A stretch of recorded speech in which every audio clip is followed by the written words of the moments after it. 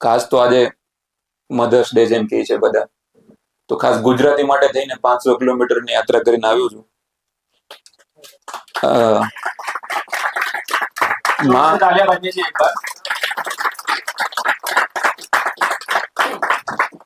માં વિશે આપણે ઘણા બધા એવું કીધું કે ઓછું લખાયું છે, કે ઘણું બધું લખાયું છે. ખરેખર બહુ જ ઓછું લખાયું છે. એનું કારણ છે કે કવિ અને લેખકોને લખતા આવડ્યું સાવ તરુણાવસ્થા યુવાની અવસ્થામાં. ત્યારે બધા પડી ગયા પ્રેમમાં અને પછી થઈ ગયા મોટા. માં દેખાણી જ નથી આપણને. આ હકીકત છે. હું ખુદ મારી હકીકત છે, તમારી હકીકત છે. આપણે જયારે લખતા શીખ્યા ને ત્યાં સુધીમાં માને વિશે લખવાનો જે સમય હતો ને જતો રહ્યો છે. એટલે માં વિશે ખરેખર ઓછું જ લખાણું છે. અને બીજી વાત એ છે કે આપણા કવિઓ લેખકોની છે ને આળસ છે. કારણ કે માં વિશે પેલું પ્રેમ જેવું લખવું ને, અલગ અલગ અલંકારો આપવા હોય ને, અલગ અલગ સમાસ વાપરવા હોય ને, એ બધું છે ને મામા ના વાપરી શકાય એટલું બધું. એના માટે બધું લેવલ જોઈએ, એ આવે નહીં. એટલે એ કારણ છે કે ઓછું લખાયું છે. અને એટલે વારંવાર સ્ટેજ પરથી એવું બોલાણું કે બહુ પ્રયત્ન કરવો પડે છે, ભારે છે, અઘરું છે. એટલે મેં તો લખ્યું જ નથી. તો માનો મતલબ મારા માટે જે મુક્તિ, જે મુક્ત કરે ને, જે મુક્તિ આપતા શીખવાડે કે સ્વતંત્ર રહેતા શીખવાડે ને, આપણા ગુજરાતીમાં કવિ ઉષ્ણસે બહુ સારું લખ્યું, વળાવી બા આવી. બા વળાવેતા શીખ. આમ તમને દુનિયામાં કે ને 7 સમુદ્ર પાર ફેંકી દઉં તો જીવતા આવડી જાય ને, તો માની શિક્ષા હોય. એ છે માં. તો મારે કવિતા તો બીજી જ કેવી છે. પ્રેમિકા વિશે વાત કરીશું આજે. કણન ખબર છે? કણન તમને બધા? કણન એટલે પેલું કાદવમાં જો ખૂંચતા, જે અંદર જતા જઈને એને કણન કહેવાય. તો એ છે કે એમનો ડંખ તો છે માખણના કણન જેટલો. એમનો ડંખ તો છે માખણના કણન જેટલો, સ્પર્શ પાછો ઉપકાર છે સાગરમાં 3 જેટલો. એમનો ડંખ તો છે માખણના કણન જેટલો, સ્પર્શ પાછો ઉપકાર છે સાગરમાં 3 જેટલો. ને એ જ જોજો છેલ્લે અવતાર નીકળશે. એ જ જોજો છેલ્લે અવતાર નીકળશે, ધનવાન થશે જેના રૂપાના કંકણ જેટલો. ધનવાન થશે જેના રૂપાના કંકણ જેટલો. ને જગ જીતનારાઓને વાહ શું જીતો છો તમે. જગ જીતનારાઓને વાહ શું જીતો છો તમે. મને હવે હું લાગુ છું સાવ અભણ જેટલો. મને હવે હું લાગુ છું સાવ અભણ જેટલો. ને વસંત, શરદ, વર્ષા ને એથી વેંત ઉપર. વસંત, શરદ, વર્ષા ને એથી વેંત ઉપર. તારો દેખાવ છે કસ્તુરીના અવતરણ જેટલો. તારો દેખાવ છે કસ્તુરીના અવતરણ જેટલો. ને સુખનો દાડો કોઈ પૂછે કે કેટલો જોશે.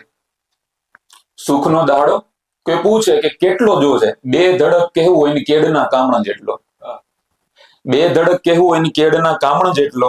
ને 14 લોકનો પ્રેમ સરવાળે કેટલો થાય. કે 14 લોકનો પ્રેમ સરવાળે કેટલો થાય. માત્ર 4.5 હાથની ગુજરાતણ જેટલો. ને અણુ અણુમાં ઈશ્વર હોય તો મુંજાલ મને. મુંજાલ આરોપ નામ તરીકે વાપરું છું. કે અણુ અણુમાં ઈશ્વર હોય તો મુંજાલ મને. ગણીને ગમે છે ઈશ્વર 2.5 મણ જેટલો. કે એનું વજન 2.5 મણ જેટલું છે. કે અણુ અણુમાં ઈશ્વર હોય તો મુંજાલ મને ગમે છે ઈશ્વર 2.5 મણ જેટલો. અને હવે પ્રેમિકા આવે છે ત્યારે લેખક એનું કવિનું વર્ણન કઈ રીતે કરે છે એને ખાલી કે મારે 5 પંક્તિની કવિતામાં તમને કહેવું છે.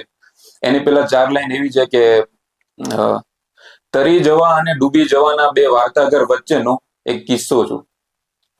કે તરી જવા અને ડૂબી જવા ના 2 વાર્તાઘર વચ્ચેનો એક કિસ્સો છું. હું તારા નામના મૃગજળમાં તળિયા ને તર વચ્ચેનો હિસ્સો છું.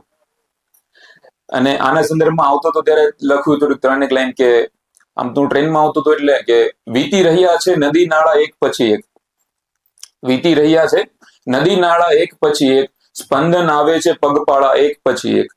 ને શરીર હજી થાક્યું નથી, ઊંઘ આવી નથી. શરીર હજી થાક્યું નથી, ઊંઘ આવી નથી. ને સ્વપ્નો ભરે છે ઉચાળા એક પછી એક. સ્વપ્નો ભરે છે ઉચાળા એક પછી એક. ને એક ચાવી રાખું છું હંમેશા એના ઘેર. એક ચાવી રાખું છું હંમેશા એના ઘેર. ને પછી મારે ઘેર મારું છું તાળા એક પછી એક. તો હવે આવે છે એનું વર્ણન કરીએ. કવિતા છે કે એ તો આવે, એ તો આવે પણ એની પહેલા એના સંસ્કાર આવે.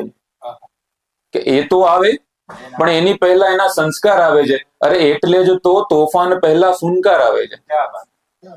એ તો આવે પણ એની પહેલા એના સંસ્કાર આવે છે. એટલે જ તો તોફાન પહેલા સુનકાર આવે છે. ને સૂર્યાસ્તના છેલ્લા કિરણોથી ગૂંથેલી સાંજ ઓઢીને, સૂર્યાસ્તના છેલ્લા કિરણોથી ગૂંથેલી સાંજ ઓઢીને જુઓ સ્વયં પ્રેમ નામનો ધબકાર આવે છે. ને ફૂલ, પતંગિયું, ઉપવન, લેરખી ને તારી વાતો. ફૂલ, પતંગિયું, ઉપવન, લેરખી ને તારી વાતો હું જોતો રહું છું. જાદુના કેટલા પ્રકાર આવે છે. હું જોતો રહું છું. જાદુના કેટલા પ્રકાર આવે છે. ને અપલક જુઓ તો સતત સનાતન લાગે. અપલક જુઓ તો સતત સનાતન લાગે. ને ઝબકે પલક તો લાગે કે નવકાર આવે છે. ને સૌથી સુંદર કોણ છે? સૌથી સુંદર કોણ છે? મહેક, વસંત. સૌથી સુંદર કોણ છે? મહેક, વસંત. આ કામદારોને છોડો, સરકાર આવે છે. આ કામદારોને છોડો, સરકાર આવે છે. ને કવિતાના કિસ્સામાં એ અજોડ ને અનન્ય છે. કવિતાના કિસ્સામાં એ અજોડ ને અનન્ય છે. એના પછી મુંજાલ નામના કલમકાર આવે છે. એ તો આવે પણ એની પહેલા એના સંસ્કાર આવે છે. એટલે જ તો તોફાન પહેલા સુનકાર આવે છે. હવે માનો કે એ ના આવી ત્યારે કવિ શું લખે છે?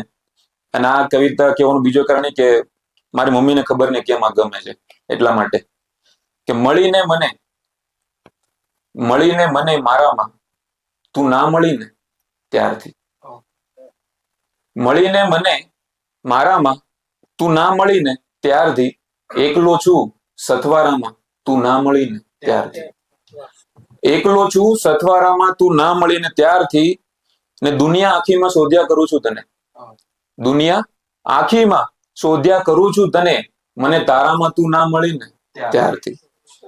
ને સૂરજ ચાંદા ખરવાની રાહમાં છીએ આજકાલ. સૂરજ ચાંદા ખરવાની રાહમાં છીએ આજકાલ.